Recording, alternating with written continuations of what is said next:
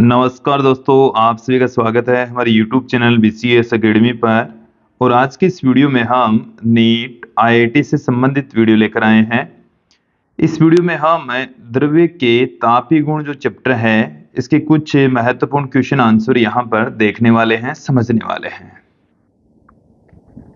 विद्यार्थियों, यदि आप हमारे YouTube चैनल पर नए हैं तो चैनल को सब्सक्राइब कर लीजिए, साथ में बेल आइकन भी दबा दीजिए ताकि आपको आगे की वीडियोज की नोटिफिकेशन मिलती रहे। अब मैं इस वीडियो को स्टार्ट करता हूं। लेते हैं सबसे पहला क्वेश्चन है कि निम्न में से कौन सा ग्राफ ताप में वृद्धि के साथ जल के घनत्व के परिवर्तन को दर्शाता है। हमें कुछ ग्राफ दे रखे हैं और घनत्व और ताप के साथ में ग्राफ को दिखाया गया है। विद्यार्थियों, हम ये जानते हैं कि 4 डिग्री सेंटीग्रेड पर 4 डिग्री सेंटीग्रेड के ऊपर जो घनत्व है वो मैक्सिमम होता है। तो ये जो ग्राफ, पहला ग्राफ हमें दे रखा है वो एकदम सही ग्राफ दे रखा है। ऑप्शन ए यहां सही होने वाला है। नेक्स्ट क्वेश्चन की ओर बढ़ते हैं कि कमरे के ताप पर किसी तार की लंबाई 4.5 मीटर है। जब उसके ताप में 100 डिग्री सेंटीग्रेड की वृद्धि की जाती है तो इसकी लंबाई 4.57 मीटर हो जाती है। दिए गए तार का रेखीय प्रसार गुणांक क्या होगा, अल्फा हमें पूछा गया है। देखिए, हमें इस क्वेश्चन के अंदर क्या क्या दे रखा है वो एक बार देख लेते हैं। प्रारंभिक लंबाई L0 ये हमें दे रखी है 4.55 मीटर। अंतिम जो लंबाई है वो हमें दे रखी है 4.57 मीटर। और प्रारंभिक जो ताप है उसको मैं θ1 से लिख दूं। ये हमें कमरे का ताप दे रखा है जो कि 300 केल्विन लेकर हम चलेंगे। फिर अंतिम जो तापमान है वो है 100 डिग्री सेंटीग्रेड। तो 273 प्लस 100 डिग्री सेंटीग्रेड, तो ये हमारे को मिल गया है 373 केल्विन। ताप में जो परिवर्तन है वो हमें मिल चुका है 373 माइनस 300, तो ये आ गया है 73 केल्विन का। अब देखिए, हम ये जानते हैं कि L बराबर होता है L0 1 plus alpha delta theta. Then यहां से इसको मैं पुट कर सकता हूं L minus L0 upon L0 delta theta equal to alpha.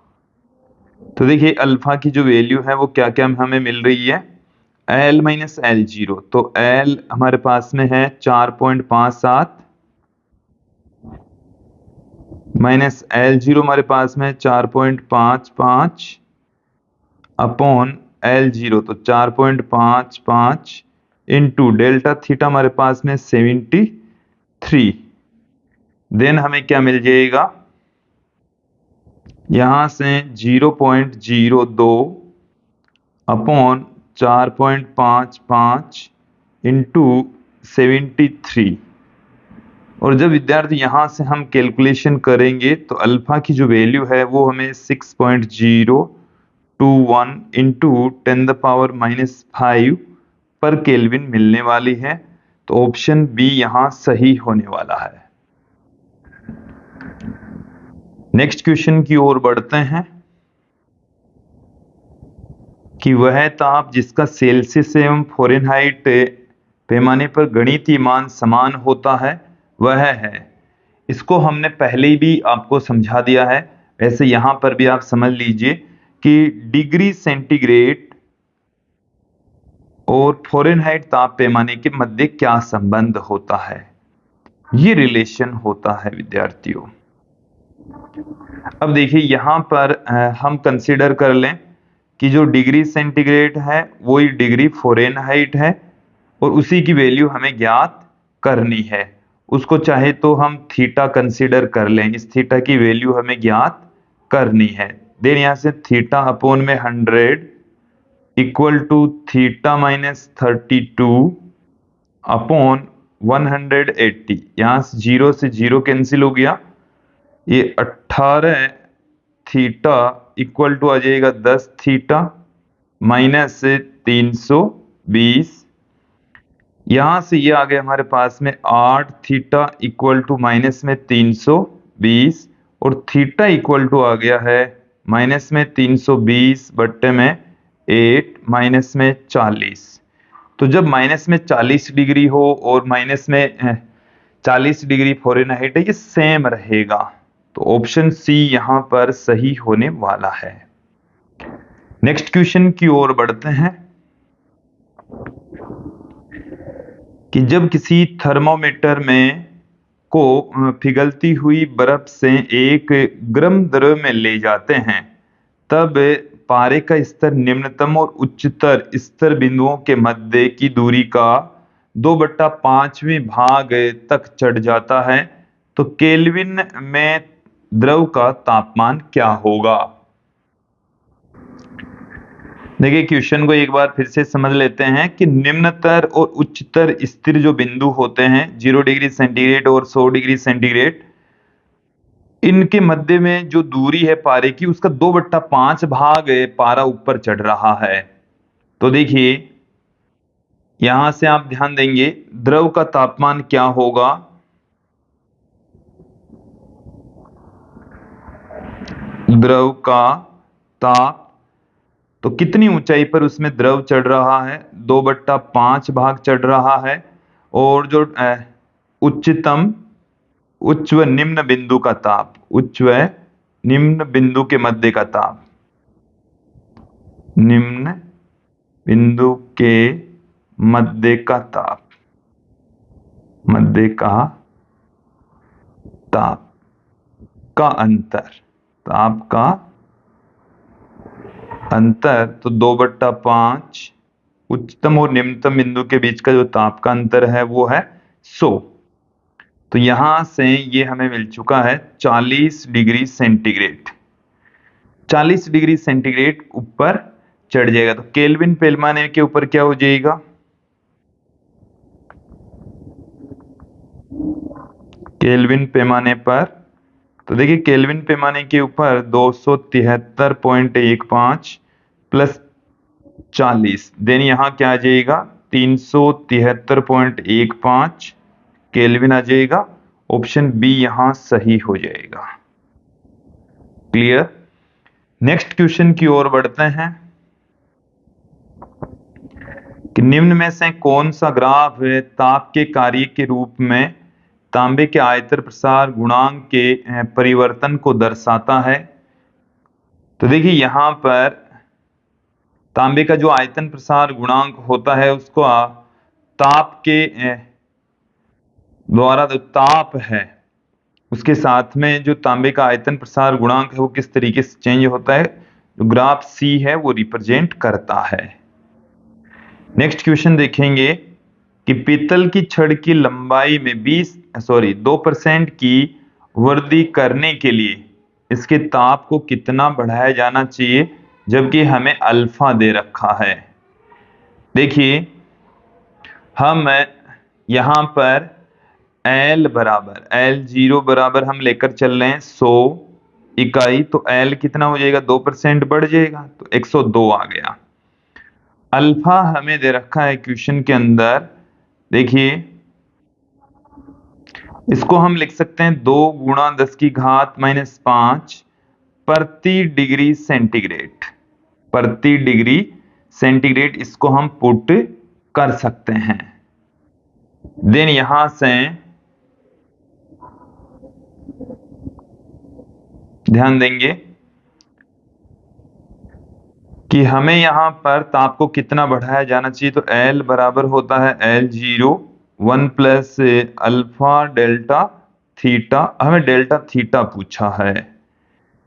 तो देखिए डेल्टा थीटा क्या आ जाएगा, डेल्टा थीटा इक्वल टू इसी फॉर्मूले से L माइनस L0 बट्टे में L0 अल्फा आ जाएगा। तो L कितना है 102, L0 कितना है 100 बट्टे में L0 कितना है 100, अल्फा है 2 गुणा 10⁻⁵, तो ये ऊपर तो रह गया 2 शेष रह गया 100 बट्टे में 2, 10 की घात 5 ऊपर चली जाएगी, 2 से 2 कैंसिल हो गया। डेल्टा थीटा ताप में जो परिवर्तन है वो हमें मिल जाएगा 1000 डिग्री सेंटीग्रेड। देन यहां पर ऑप्शन सी सही हो जाएगा। नेक्स्ट क्वेश्चन की ओर बढ़ते हैं कि तांबे से भरी हुई दांत किसी केविटी, देखिए केविटी यहां पर है खाली स्थान के अंदर उत्पन्न प्रतिबल तब क्या होगा जब 57 डिग्री सेंटीग्रेड के तापमान वाली गर्म चाय को पिया जाता है। उत्पन्न प्रतिबल हमें पूछा है जबकि 57 डिग्री सेंटीग्रेड के ताप वाली गर्म चाय को हम पी रहे हैं। देखिए दांतों का जो तापमान है वो है पहले 37 डिग्री सेंटीग्रेड और उसका टेम्परेचर हमने कर दिया है 57 डिग्री सेंटीग्रेड। तो जो ताप में वृद्धि है वो हमारे पास में यहां पर है 20 डिग्री सेंटीग्रेड। इसके अलावा हमें रेखीय प्रसार गुणांक अल्फा दे रखा है, आयतन प्रसार गुणांक हमें दे रखा है। क्लियर? प्रतिबल पूछा है, आयतन प्रत्यास्थता गुणांक दे रखा है, y हमें दे रखा है। देखिए विद्यार्थियों हमने एक रिलेशन आपको बताया था, जो रिलेशन था उसी से ही हम यहां पर इसको समझने वाले हैं। देखिए यहां पर ध्यान देंगे हमारे पास में जो आयतन विकृति है वो क्या है। आयतन विकृति को हम डेल्टा v अपॉन में v से पुट कर सकते हैं, डेल्टा v अपॉन v0 या v से पुट कर देंगे। देन यहां से देखिए हम क्या रिलेशन जानते हैं, v बराबर v0 1 plus gamma delta t या डेल्टा थीटा, ये जानते हैं हम रिलेशन। तो यहां से डेल्टा v अपॉन में v माइनस v0 उसको हम देखिए यहां पर हम क्या लिख सकते हैं, डेल्टा v यहीं से देखिए एक बार, तो डेल्टा v जिसको हमने v माइनस v0 को लिखा है, फिर v0 का हमने यहां पर भाग लगा दिया, तो हमारे पास में क्या बच गया, गामा डेल्टा थीटा बच गया है, गामा डेल्टा थीटा। तो ये आ गया गामा डेल्टा थीटा। आयतन विकृति किसके बराबर है, गामा डेल्टा थीटा। ये डेल्टा थीटा है वो ताप में परिवर्तन को इंगित करता है। अब मैं यहां पर बात करता हूं आयतन प्रत्यास्थता गुणांक। ये हम नवे चैप्टर में पढ़ चुके हैं, आयतन प्रत्यास्थता गुणांक इलास्टिसिटी वाले टॉपिक में। बीटा से हमने पुट किया था, बीटा बराबर था प्रतिबल, तो यहां पर है उष्मीय प्रतिबल, उष्मीय प्रतिबल अपॉन विकृति, आयतन विकृति, ये आ गई हमारे पास में। देन यहां से हम उष्मीय प्रतिबल बराबर क्या पुट कर देंगे, उष्मीय प्रतिबल इक्वल टू हम पुट कर देंगे beta into delta v upon v0, और डेल्टा v अपॉन में v0 क्या है, गामा डेल्टा थीटा। तो इन सब की वैल्यू मैं यहां पर पुट कर देता हूं। बीटा की जो वैल्यू है वो है 140 गुणा 10 की घात 9। गामा का जो मान है इसको हम लिख सकते हैं 3 अल्फा, इसे हम क्या लिख सकते हैं, बीटा तो पढ़ा ही है, 3 अल्फा डेल्टा थीटा। तो 3 अल्फा का जो मान है वो हमारे पास में है 1.7 गुणा 10 की घात -5, और डेल्टा थीटा ताप में जो परिवर्तन है वो है 20 डिग्री का। तो देखिए यहां से हमें क्या मिल रहा है, देखिए यहां से मैं पॉइंट हटा देता हूं, इसको मैंने 14 कर दिया है, 17 गुणा 3 गुणा यहां पर 20 है तो इसको मैं लिख देता हूं 2। तो यहां से देखिए इसकी घात 1 कम हो गई है, 10 की घात हमारे पास में 5 रह जाएगी, गुणा 10 की घात 5। तो देखिए इनको गुणा करेंगे तो आ जाएगा हमारे पास में 6 को 17 से गुणा करेंगे तो 102, 102 को 14 से गुणा करेंगे तो ये आ गया हमारे पास में 1428, 1428। तो ये कुल मिलाकर देखिए 1428 के अकॉर्डिंग आप देखें, 1428 28 गुण 10 की घात, ये आ गई हमारे पास 5, तो इसको मैं 1.428 गुण 10 की घात 8 लिख सकता हूं, तो ऑप्शन ए यहां सही हो जाएगा। नेक्स्ट क्वेश्चन की ओर बढ़ते हैं। 50 डिग्री सेंटीग्रेड पर पीतल की छड़ की लंबाई 50 सेमी, कितनी है? 50 सेमी लंबाई दे रखी है और व्यास हमें दे रखा है 2 मिलीमीटर। इसे समान ताप पर समान लंबाई एवं व्यास की स्टील की छड़ से जोड़ा जाता है। जब इसे 250 डिग्री सेंटीग्रेड पर गर्म किया जाता है तो संयोजित छड़ की लंबाई में परिवर्तन होगा। जबकि हमें पीतल का रेखीय प्रसार गुणांक अल्फा दे रखा है, इसके साथ में स्टील का भी रेखीय प्रसार गुणांक हमें दे रखा है। चलिए एक बार इस क्वेश्चन को हम समझ लेते हैं। पीतल के लिए मैं यहां पर पीतल की स्थिति के लिए 1 ले लेता हूं। तो देखिए पीतल की लंबाई में जो परिवर्तन है उसको मैं लिख देता हूं डेल्टा L1, जो कि हम लिख सकते हैं अल्फा 1। ये हमारे पास में है पीतल के लिए अल्फा 1, ये हमारे पास में है अल्फा 2, तो alpha 1 L1 L1 delta theta, दोनों के ही ताप में सेम परिवर्तन यहां पर होने वाला है। तो देखिए एक की लंबाई में कितनी वृद्धि हो जाएगी, पीतल की लंबाई में जो वृद्धि है वो ज्ञात कर लेते हैं। अल्फा 1 की वैल्यू हमें दे रखी है 2 गुण 10 की घात -5। इसकी पीतल की जो प्रारंभिक लंबाई है वो हमें दे रखी है क्वेश्चन में 50 सेंटीमीटर। तो इसको हम देखिए सेमी में ही आंसर आ जाएगा 50 सेंटीमीटर। और डेल्टा थीटा ताप में वृद्धि तो 250 डिग्री सेंटीग्रेड हो गया, तो ताप में वृद्धि 200 की हुई है। कितनी हुई है? 200 की। तो देखो 2 को 2 से गुणा करेंगे 4, 4 को 5 से गुणा करेंगे 20, तो ये तो आ गया 20। और तो 20 का एक जीरो बाहर निकला, 2 जीरो ये रहे, 3 4, एक जीरो कम पड़ गया, तो यहां से ये 0.2 सेमी आ गया। कितना आ गया? 0.2 सेमी। फिर डेल्टा L2 जो कि अल्फा 2 L2 डेल्टा थीटा के इक्वल होगा।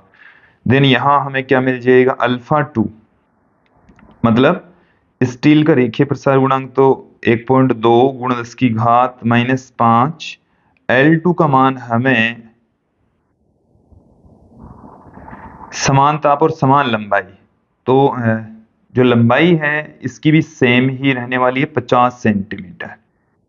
कितनी रहेगी? 50। ताप में वृद्धि भी क्या है? सेम ही है। देन यहां से 5 को 2 से गुणा करेंगे 10, 10 को इससे मल्टीप्लाई करेंगे तो ये पॉइंट हट जाएगा, तो 12 गुणा में 10 की घात आ गई -5 प्लस की 3। देन ऐसे माइनस की 2 रह गई है, तो इसको हम 0.12 सेंटीमीटर कह सकते हैं। टोटल जो लंबाई में वृद्धि है वो आ जाएगी हमारे पास में delta L1 plus delta L2। Then ये क्या आ जाएगी हमारे पास में 0.2 प्लस 0.12, जिसे हम क्या लिख सकते हैं 0.32 सेंटीमीटर। तो ऑप्शन सी यहां सही हो जाएगा। नेक्स्ट क्वेश्चन की ओर बढ़ते हैं कि किसी तांबे की प्लेट के मध्य में एक छिद्र है और जब प्लेट को गर्म किया जाता है तो छिद्र का व्यास, देखिए हमने आपको थ्योरी में भी ये क्लियर किया था कि ये जैसे हमारे पास में कोई प्लेट है और इसमें ये कोई छिद्र है। जैसे अब इसको हम गर्म करें, यदि हम इसको गर्म करेंगे तो क्या होगा? गर्म करेंगे तो आप देखेंगे कि ये जो प्लेट है इसका आकार भी बढ़ने वाला है। इसका आकार क्या होने वाला है? इंक्रीज होने वाला है, जबकि छिद्र का आकार भी यहाँ पर बढ़ने वाला है, छिद्र भी बड़ा हो जाएगा। ये हमने थ्योरी में भी क्लियर कर दिया। तो छिद्र का व्यास हमेशा बढ़ेगा, जब इसको गर्म करेंगे तो हमेशा ही इंक्रीज होगा। ऑप्शन ए यहाँ सही हो जाएगा। नेक्स्ट क्वेश्चन की ओर बढ़ते हैं। किसी छड़ का इसके लंबवत द्विभाजक परपेंडिकुलर बाइसेक्टर हम यहां पर ले रहे हैं। के प्रति जड़त्व आघूर्ण I है। जब छड़ के तापमान को डेल्टा T बढ़ाया जाता है तो उसी अक्ष के प्रति छड़ का जड़त्व आघूर्ण क्या होगा? जबकि जो अल्फा है वो रेखीय प्रसार गुणांक हमें क्वेश्चन के अंदर दे रखा है। विद्यार्थियों, हम आपको बता दें कि इसमें देखिए हमें क्या कह रखा है कि लंबवत द्विभाजक के प्रति जो जड़त्व आघूर्ण है वो I है। यह हम पहले ही फाइंड आउट कर चुके हैं। I बराबर हमने देखा था कि जो जड़त्व आघूर्ण है वो ml² बट्टे में 12 के इक्वल होता है। और जब ये जब छड़ घूमती है, जब छड़ क्या है छड़ के तापमान को कितना बढ़ा दिया, डेल्टा थीटा, तो उसी अक्ष के प्रति छड़ का जड़त्व आघूर्ण अब क्या हो जाएगा? तो देखिए छड़ की लंबाई में वृद्धि, L के स्थान पर इसमें कुछ लंबाई में क्या हो जाएगी? वृद्धि हो जाएगी। तो इससे छड़ की लंबाई में वृद्धि हमें ज्ञात करनी है। देखिए कि जब डेल्टा T टेम्परेचर बढ़ेगा तो जड़त्व आघूर्ण भी चेंज हो जाएगा। तो नया जो जड़त्व आघूर्ण है उसको हम इस तरीके से लिख सकते हैं, m l plus delta l। तो लंबाई है वो अब हमने कितनी ले ली है? l plus delta l। जब इसका होल स्क्वायर करेंगे तो हमें क्या मिल जाएगा? l² plus 2l delta l plus delta l का स्क्वायर, डेल्टा l का स्क्वायर। देखिए डेल्टा L काफी छोटा है, इसका स्क्वायर और भी छोटा हो जाएगा, इसको हम नगण्य मानकर छोड़ सकते हैं। देन हमें क्या मिल जाएगा? ml² बट्टे में 12 plus m upon 12 into 2l delta l, ये हमें प्राप्त हो रहा है। अब देखिए जो डेल्टा L है इसको हम क्या पुट कर सकते हैं? इसे आप एक बार समझ लीजिए कि लंबाई में जो परिवर्तन हुआ है, हमारे पास में ये फॉर्मूला होता है L बराबर L0 1 प्लस में अल्फा डेल्टा T। देन यहां से डेल्टा L बराबर हम क्या पुट कर देंगे? इसको बराबर के उस तरफ ले जाएंगे तो L0 अल्फा डेल्टा T, ये हम पुट कर सकते हैं। तो L0 की जगह यहां पर हम L यूज में ले रहे हैं, तो इस डेल्टा L I डैश बराबर I प्लस m बट्टे में 12 इंटू में 2l, डेल्टा L के स्थान पर हम L alpha delta T put कर दें। देखिए इससे I को हम बराबर के इस तरफ ले आते हैं, क्योंकि हमें यहां पर जड़त्व आघूर्ण में परिवर्तन पूछा है। क्या पूछा गया है? जड़त्व आघूर्ण में कितनी वृद्धि होती है, जड़त्व आघूर्ण में वृद्धि पूछी है। ठीक है, देन यहां पर क्या मिल जाएगा हमें? ml² बट्टे में 12 इंटू में 2 अल्फा डेल्टा T, और ये जो वैल्यू है वो I है, तो 2I alpha delta T, 2I alpha delta T, ये ऑप्शन बी यहां सही होने वाला है। नेक्स्ट क्वेश्चन की ओर बढ़ते हैं। 4 डिग्री सेंटीग्रेड पर जल का घनत्व 100 किलोग्राम प्रति मीटर क्यूब है तथा 100 डिग्री सेंटीग्रेड पर यह 958.4 किलोग्राम प्रति मीटर क्यूब है, तो जल का आयतन प्रसार गुणांक ज्ञात कीजिए। जल का आयतन प्रसार गुणांक क्या होगा, ये हमें पूछा है। तो यहां से आप ध्यान देंगे हमें इनकी डेंसिटी दे रखी है। देखिए विद्यार्थियों, हमारे पास में एक फॉर्मूला हमने आपको पहले भी बताया है, रो बराबर ρ0 1 माइनस गामा डेल्टा थीटा। तो यहां से हम क्या पुट कर सकते हैं? रो माइनस ρ0 माइनस में ρ0 गामा डेल्टा थीटा, गामा बराबर हम क्या लिख सकते हैं? ρ0 माइनस ρ0 माइनस लिखते ही ये नेगेटिव साइन हट जाएगा यहां से, अपॉन ρ0 डेल्टा थीटा।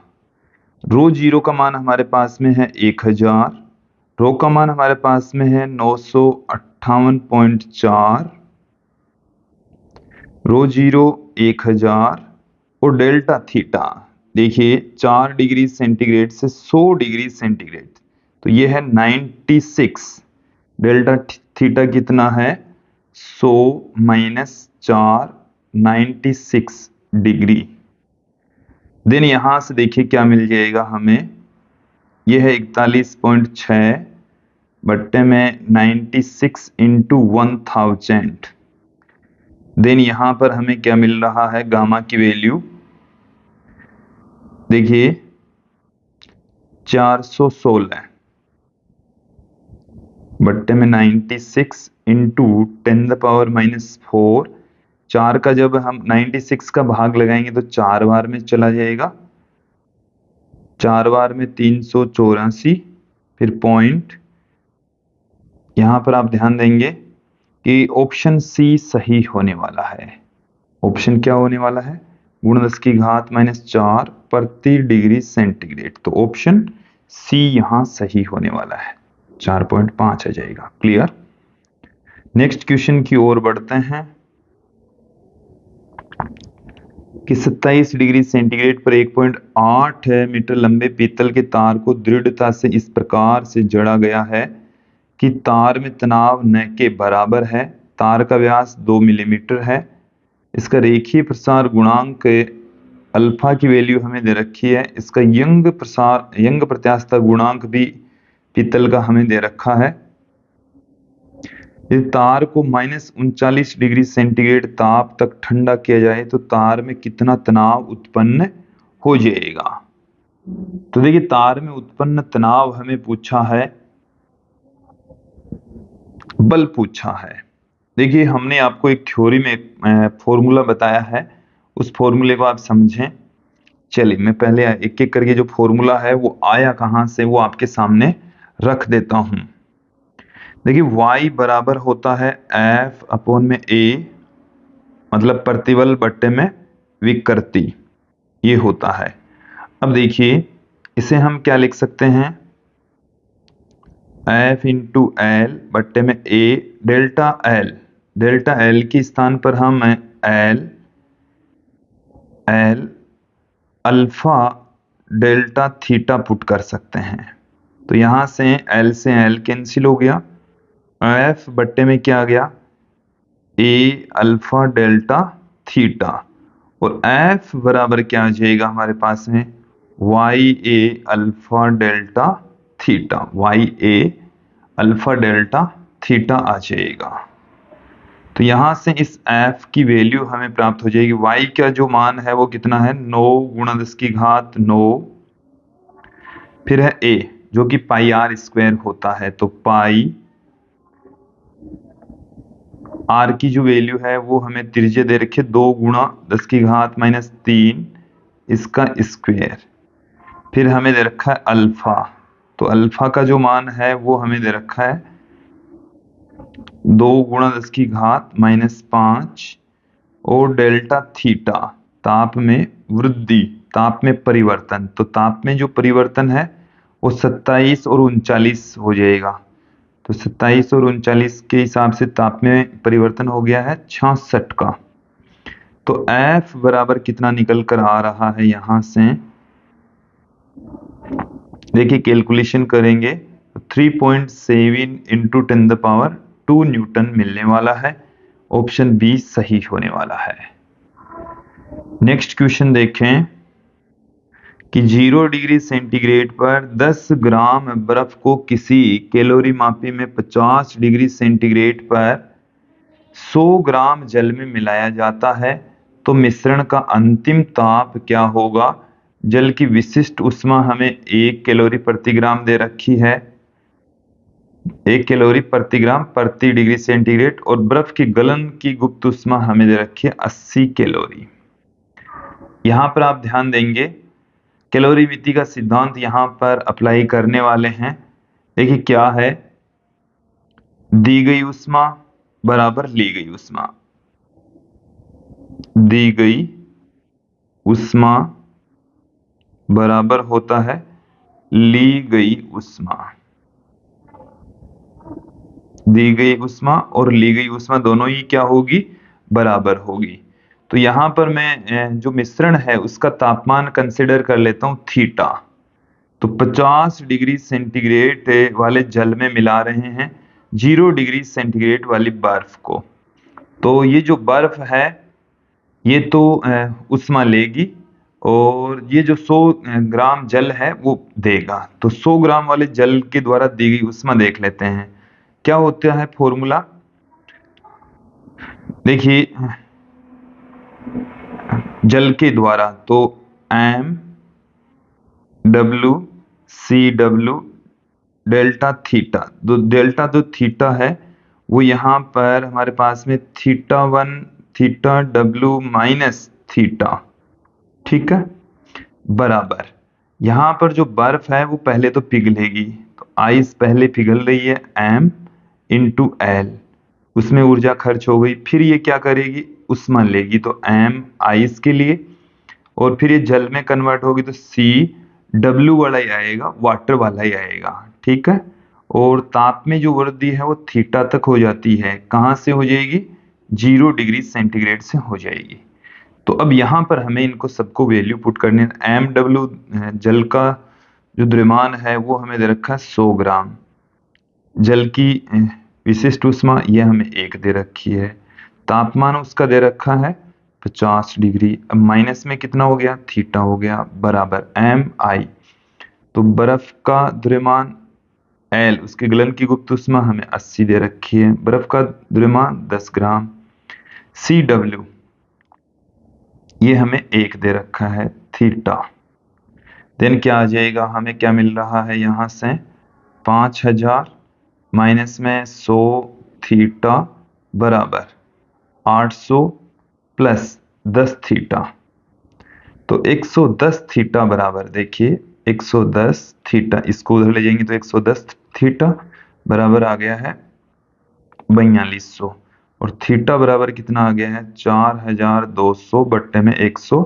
10 से 10 कैंसिल हो गया, 11 का भाग लगाएंगे तो 3 बार में आ गया 33, 3 बार में 33, 90 के अंदर चला जाएगा, 8 बार में 88, फिर पॉइंट 2 शेष रह गया, उसमें जाएगा 1 बार में 2 कर देता हूं मैं। तो ये हमारे पास में थीटा की वैल्यू आने वाली है। ऑप्शन डी यहां पर सही होने वाला है।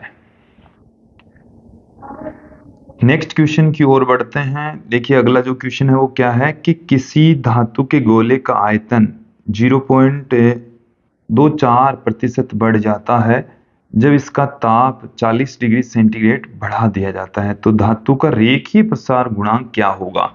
तो पहले हम आयतन प्रसार गुणांक ज्ञात कर लेते हैं, फिर रेखीय प्रसार गुणांक ज्ञात कर लेंगे। देखिए जो प्रारंभिक आयतन है वो मैं 100 कंसीडर कर लेता हूं, और डेल्टा V है वो हमें मिल जाएगा 0.24। मैं यदि इसको 100% ले लूंगा तो ये आ जाएगा 0.24। तो देखिए पहले गामा ज्ञात कर लेते हैं। गामा बराबर क्या होगा, देखिए आयतन में परिवर्तन बट्टे में V0 डेल्टा थीटा। जो डेल्टा थीटा है वो हमें क्वेश्चन में 40 डिग्री सेंटीग्रेड दे रखा है। डेल्टा V 0.24 बट्टे में V0 जो कि 100 गुणा डेल्टा थीटा हमें दे रखा है 40। तो गामा बराबर कितना निकल कर आ गया है, 4 का इसमें भाग लगाएंगे तो 0.06 गुणा 10 की घात 3, और इसे हम क्या लिख सकते हैं 6 गुणा 10 की घात -5। अब देखिए अल्फा और गामा का जो अनुपात है वो 1:3 होता है। तो यहां से गामा हमारे पास में आ चुका है, तो अल्फा कितना होगा। तो देखिए अल्फा बराबर होगा गामा बट्टे में 3। ओके, तो इसमें 3 का और भाग लगा दीजिए, तो अल्फा बराबर कितना जाएगा 6 बट्टे में 3 गुणा 10 की घात -5। तो ये 2 गुणा 10 की घात -5 प्रति डिग्री सेंटीग्रेड हमें प्राप्त होने वाला है। ऑप्शन ए यहां पर सही होने वाला है। नेक्स्ट क्वेश्चन की ओर बढ़ते हैं। कि यदि अल्फा बीटा और गामा क्रमशः रेखीय क्षेत्र और आयतन प्रसार गुणांक है तो इनके बीच में क्या रिलेशन होता है। देखिए अल्फा बीटा, अल्फा अनुपात बीटा 1:2, बीटा अनुपात गामा हो जाएगा 2:3, अल्फा अनुपात गामा हो जाएगा 1:3। तो यहां से देखिए बीटा अनुपात, तो यहां से हम देखेंगे कि जो ऑप्शन बी है वो सही होने वाला है। बीटा अपोन जो गामा है वो 2/3 के इक्वल होगा। नेक्स्ट देखें कि यदि किसी धातु के गुटके का आयतन 0.12% परिवर्तन होता है तो 20 डिग्री सेंटीग्रेड पर गर्म करने पर उसके रेखीय प्रसार गुणांक में क्या होगा। हमें आयतन में परिवर्तन दे रखा है जबकि रेखीय प्रसार गुणांक पूछा है। चलिए सिमिलर टाइप का क्वेश्चन आ चुका है, ऐसा क्वेश्चन हम पहले भी देख चुके हैं। देखिए क्या है, आयतन को हम 100 लेकर चलें प्रारंभिक आयतन को, तो आयतन में जो परिवर्तन है वो आ जाएगा 0.12। तो यहां से आप देखें गामा हम फाइंड आउट कर लेते हैं। गामा बराबर delta V upon V into में delta theta. Delta V 0.12, V का मान हमें दे रखा है 100 और टेम्परेचर है 20 डिग्री सेंटीग्रेड है। टेम्परेचर में जो परिवर्तन है वो हमें कितना दे रखा है 20। देन हमें क्या मिल जाएगा 0.06 गुणा 10⁻³ जिसे हम 6 गुणा 10⁻5 भी पुट कर सकते हैं। अब देखिए हमें पूछा अल्फा जो कि गामा बट्टे में 3 के इक्वल होगा, तो 2 गुणा 10⁻5 प्रति डिग्री सेंटीग्रेड आ जाएगा। 2 गुणा 10⁻5 प्रति डिग्री सेंटीग्रेड। ऑप्शन बी यहां पर सही होने वाला है। नेक्स्ट क्वेश्चन की ओर बढ़ते हैं कि किसी आयताकार गुटके को 0 डिग्री सेंटीग्रेड 100 डिग्री सेंटीग्रेड तक गर्म किया जाता है तो इसके आयतन में प्रतिशत वृद्धि होगी। देखिए आयतन में जो प्रतिशत वृद्धि है, आयतन में जो प्रतिशत परिवर्तन है उसको हम किसके इक्वल पुट कर सकते हैं।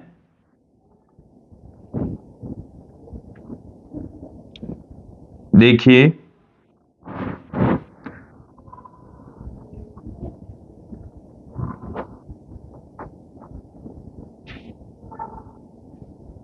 इस क्वेश्चन को थोड़ा सा हम सुधार कर देते हैं कि जब गर्म किया जाता है तो लंबाई में थोड़ा सा अधूरा रह गया, त्रुटि रह गई इसमें। लंबाई में 0.2% वृद्धि हो जाती है। लंबाई में कितने प्रतिशत की वृद्धि हो जाती है 0.2% की वृद्धि हो जाती है। तो उसके आयतन में प्रतिशत वृद्धि हमें पूछी है। तो देखिए हम क्या जानते हैं V बराबर L³ delta V upon V बराबर हम क्या जानते हैं 3 डेल्टा L अपॉन में L।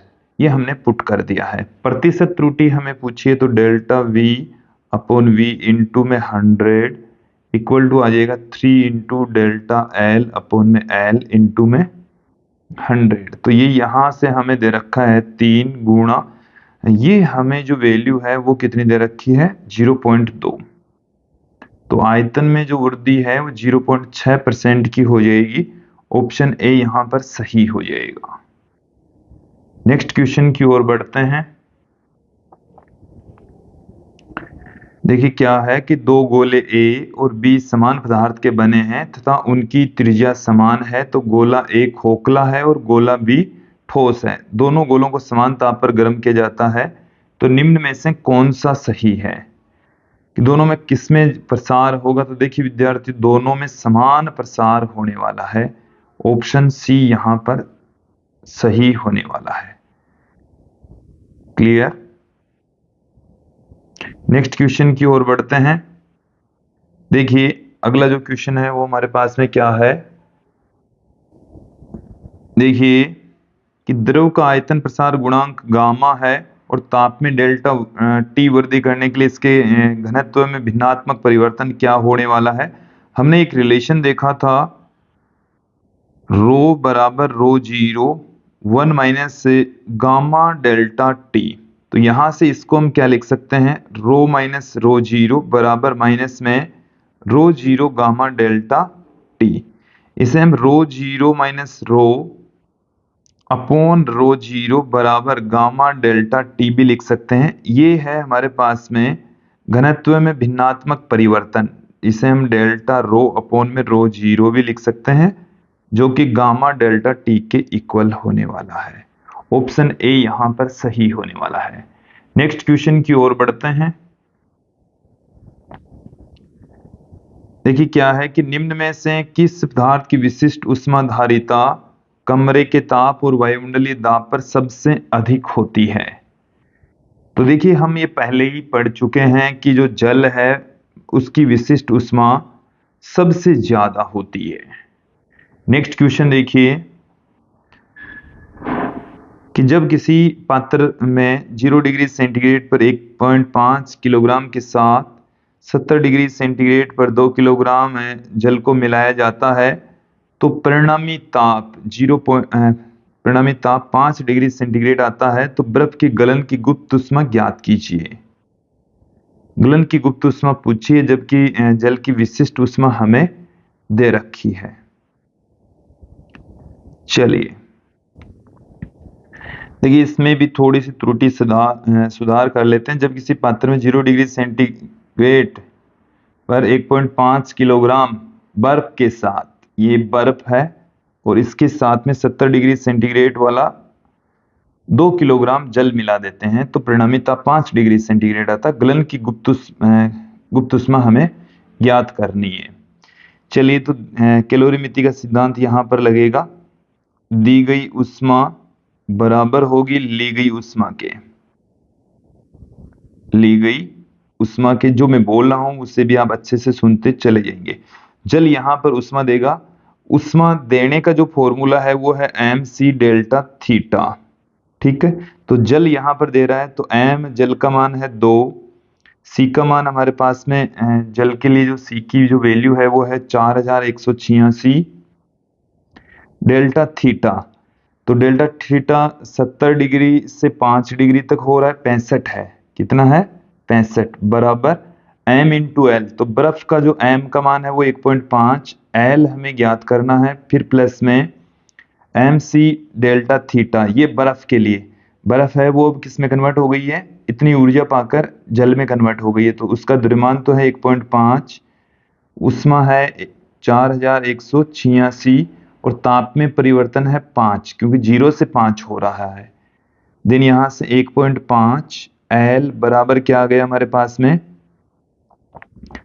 4186 इंटू में है 130 माइनस 7.5, तो L बराबर कितना आ गया 4186 गुणा 122.5 बट्टे में 1.5। पॉइंट यहां से मैं हटा देता हूं,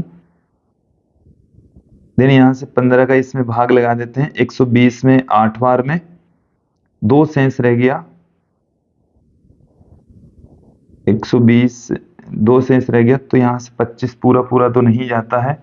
चलिए तो यहां से ही कैलकुलेशन ही कर लेते हैं, पूरी कैलकुलेशन करेंगे। तो देखिए विद्यार्थियों एल का जो मान है, फाइनली जो वैल्यू है एल की, वो हमें 3.42 × 10⁵ जूल प्रति किलोग्राम प्राप्त होने वाली है। नेक्स्ट क्वेश्चन की ओर बढ़ते हैं कि 8 किलोग्राम द्रव्यमान के एल्यूमिनियम के एक छोटे गुटके में छेद करने के लिए 10 किलोवाट की एक छेद करने वाली मशीन प्रयोग में लाई जाती है। 2.5 मिनट में गुटके के ताप में कितनी वृद्धि हो जाएगी। यह मानिए कि शक्ति का 50% स्वयं मशीन को गर्म करने में अथवा प्रवेश में सहित हो जाता है। एल्यूमिनियम की विशिष्ट ऊष्मा भी हमें दे रखी है। देखिए क्वेश्चन को आप समझ लीजिए। देखिए हमें क्वेश्चन के अंदर जो छोटे गुटके में छेद करने के लिए जो मशीन प्रयोग में लाई गई है उसकी शक्ति हमें क्वेश्चन के अंदर दे रखी है। देखिए शक्ति का मान है P बराबर होता है ऊर्जा बट्टे में, यहाँ पर ऊर्जा बट्टे में समय। तो देखिए जो ऊर्जा है वो कितनी होगी, P इंटू टी के इक्वल होगी।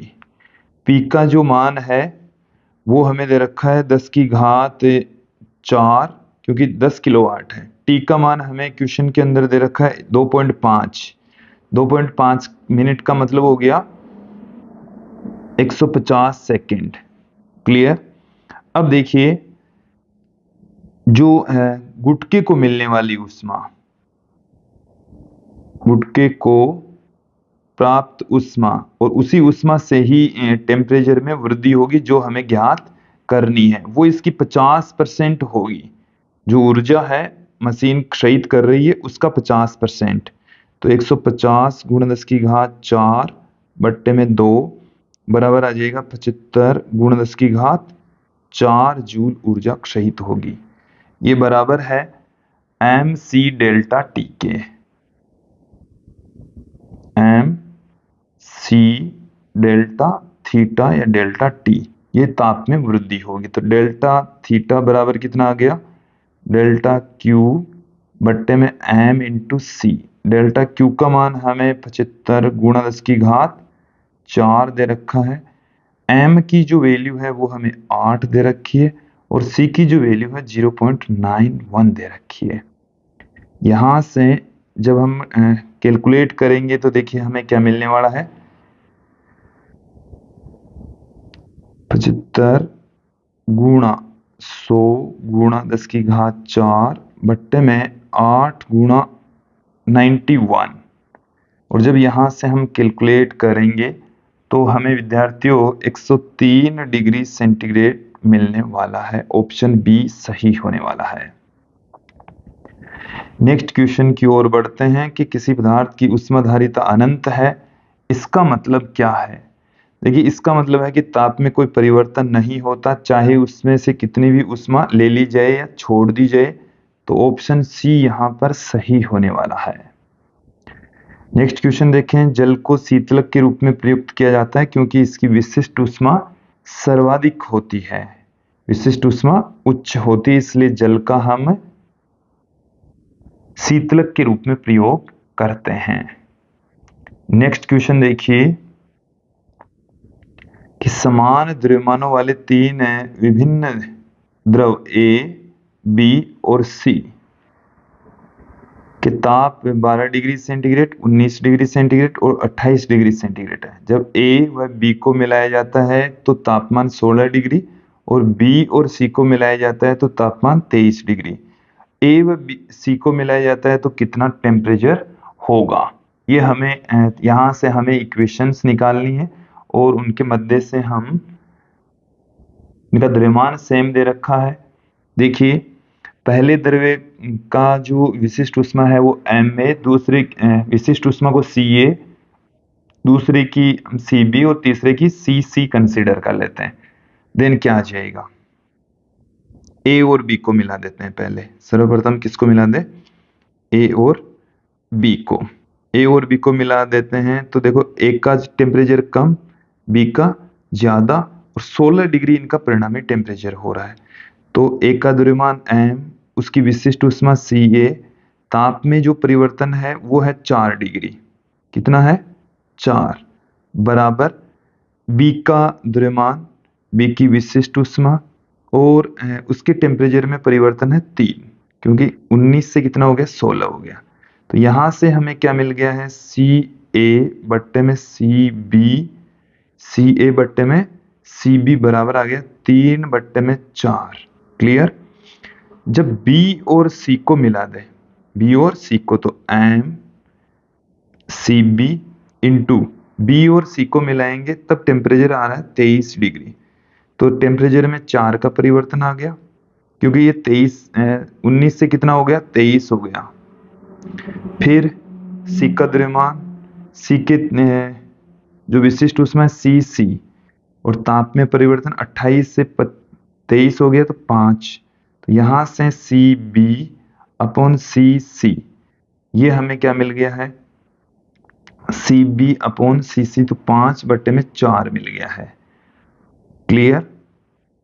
तो देखिए यहां से जब हम इन दोनों का आपस में मल्टीप्लाई कर दें, Ca अपॉन में Cb, Ca अपॉन में Cb इंटू Cb अपॉन में Cc, देन ये 3/4 इंटू 5/4, तो 15/16 आ गया, 15/16। देन यहाँ पर हमें देखिए अब A और C को हम मिला देते हैं, टेम्परेचर जो है वो हम थीटा कंसीडर कर लेते हैं, तो एम सी ए, अब किसको मिला रहे हैं, A और C को मिला रहे हैं, तो एम इंटू सी ए, और जो टेम्परेचर है वो हो गया थीटा, तो थीटा -12 बराबर एम सी सी, और टेम्परेचर हो गया है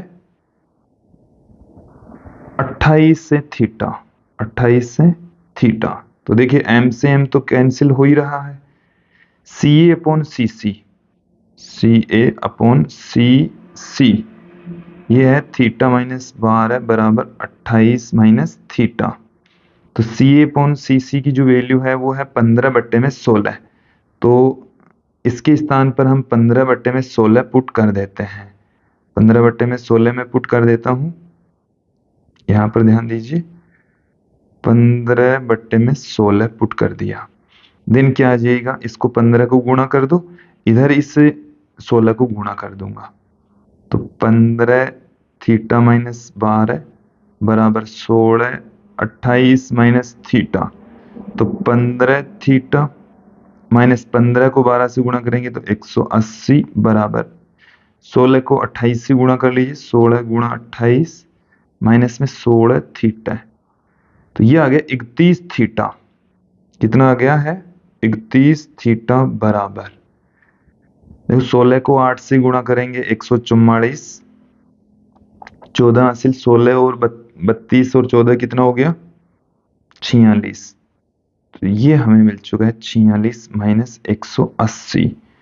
तो यहां से एक बार मैं इन सबको हटा देता हूं, और अब देखिए थीटा बराबर कितना आ रहा है, यहां से थीटा बराबर 180 बढ़ा देते हैं, तो ये आ गया हमारे पास में 284, 284 बट्टे में 31, 284 बट्टे में 31, तो जो आंसर है वो हमें कितना मिलने वाला है, देखिए कैलकुलेशन में हो सकता है 19-20 हो जाए, यहाँ से ये 628 आएगा, यहाँ से कितना आएगा, 628। कैलकुलेशन करेंगे तो हमें ऑप्शन सी सही मिलने वाला है।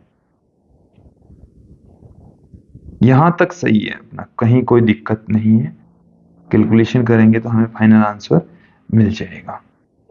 नेक्स्ट क्वेश्चन देखें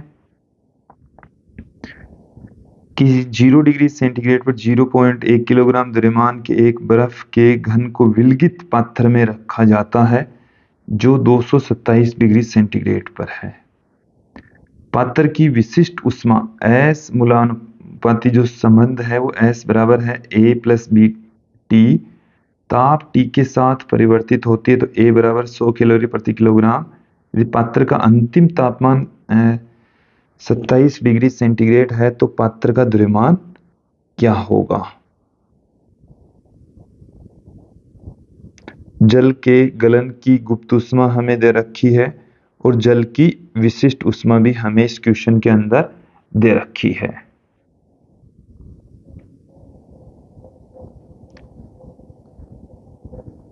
देखिए यहां से पात्र द्वारा दी गई जो ऊष्मा है उसमें जो टेम्परेचर है वो देख लीजिए 300 डिग्री सेंटीग्रेड से 500 डिग्री सेंटीग्रेड तक, 500 केल्विन तक चेंज हो रहा है। तो यहां से ऊष्मा हम ज्ञात कर लेते हैं, देखिए इंटीग्रेशन के जरिए हम ऊष्मा ज्ञात करेंगे। पात्र द्वारा दी गई ऊष्मा, पात्र द्वारा दी गई उष्मा, उष्मा हम ज्ञात करेंगे। टेम्परेचर हमारे पास में 300 से 500 तक चेंज हो रहा है। एम इंटू में जो सी है वो हमारे पास में देखिए सी यहाँ पर एस के रूप में दे रखा है, A plus B T into D T. Then क्या आ जाएगा हमारे पास में, देखिए कैलकुलेशन करेंगे, लिमिट पुट करेंगे तो हमें 21,600 एमसी मिलने वाला है। और देखो क्या आ जाएगा हमारे पास में, यहां से बर्फ द्वारा एमसी की वैल्यू ही हमें ज्ञात करनी है। बर्फ द्वारा ली गई उष्मा, तो देखिए बर्फ तो क्या है, m into L plus M C delta T.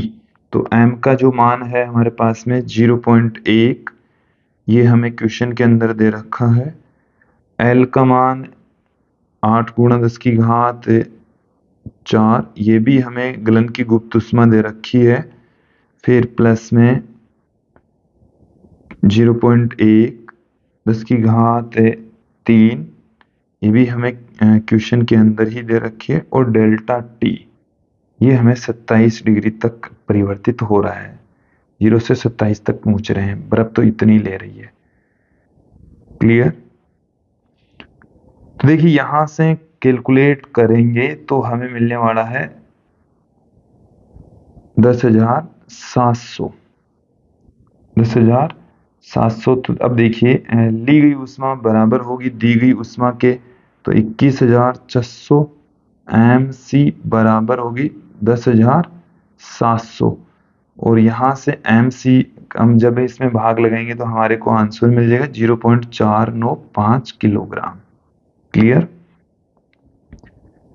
Next question देखें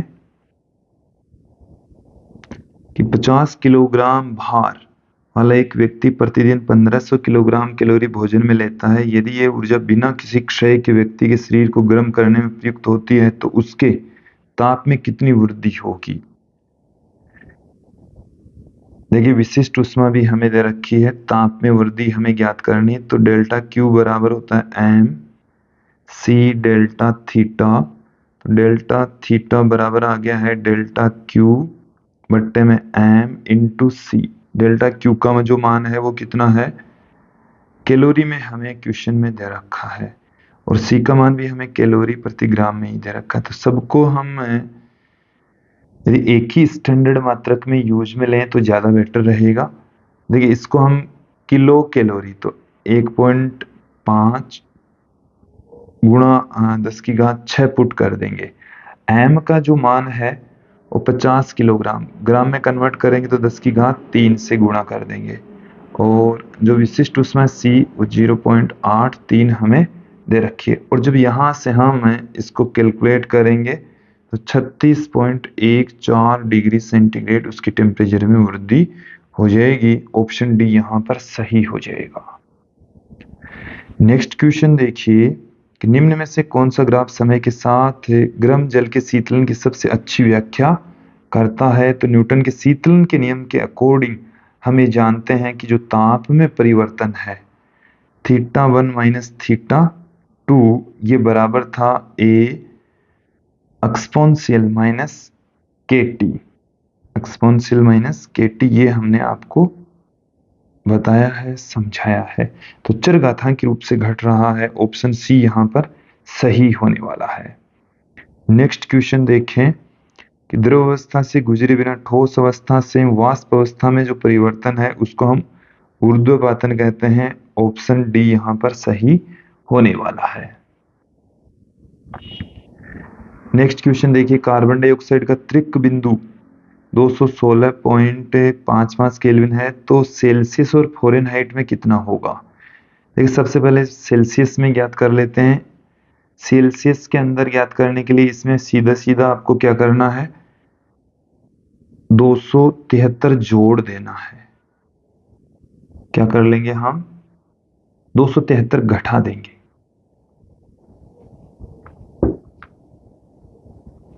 तो टी सी बराबर टी माइनस 273, तो ये आ जाएगा 216.55 माइनस 273।